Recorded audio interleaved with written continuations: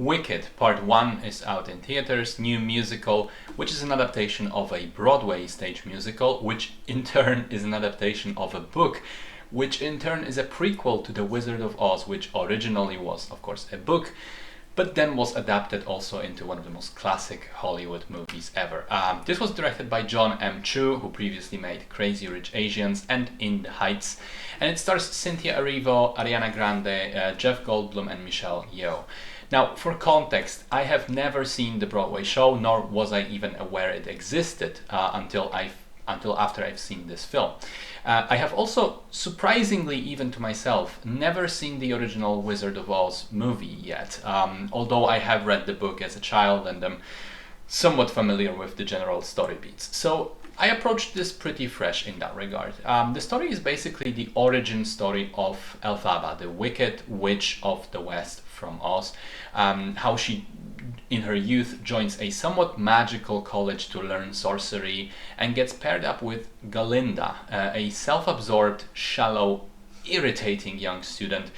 The two of them initially hate each other because they couldn't be more opposite, but in time find ground for a potential friendship. So I will admit, initially I wasn't going to go see this film. From the trailers it looked like it would not be interesting to me, and then also based on the trailer I was somewhat irritated by seeing Ariana Grande in it. I thought this was just stunt casting.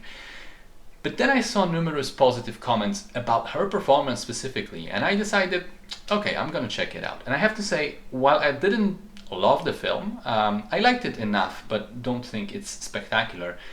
I did love Grande's performance. I think both she and Cynthia Erivo are absolutely excellent in this movie, both in terms of pure acting. Erivo is the emotional center of the film, while Grande is the sort of perfect counterbalance, the kind of antagonist, but in a way lovable. And she has this amazing comedic timing, which helps her steal almost every scene she's in. She's magnetic in it.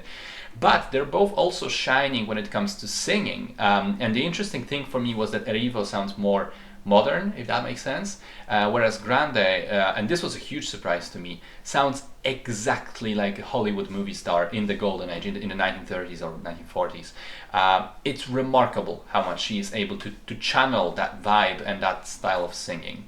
I think the production design is good, but at the same time felt a little bit derivative, like a mishmash of things I've already seen in things like Harry Potter, Wonka, Chronicles of Narnia. I did like the sets and the costumes though.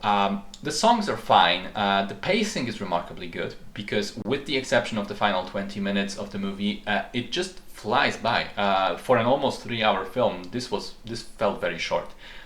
But as I said, the finale is stretched out into eternity. It feels like they were breaking up the final song multiple times into scenes of dialogue just to keep it going longer and longer and longer. I want to also say I liked the supporting cast, and I was very surprised how much the movie is about some pretty mature themes like discrimination, prejudice, and even the rise of fascism in an authoritarian society. I mean, for a colorful and cheerful musical like this, it really is remarkable how dark the movie gets, sort of right under the surface. And while I wish we'd spent even more time on that aspect, I suspect it will come back in the second part, because they've split the initially planned single film into 2 movies, with the second one coming out next year, I think. And I'll say that I will surely check out that second part just as well, because I enjoyed this one. I won't say it's an excellent film, and I'm not as sold on it as some musical fans clearly are, but in general, I'm not a huge fan of musicals, so I'm naturally going to be more skeptical. For me, it was okay though, an entertaining film with 2 very good acting and singing performances at its center.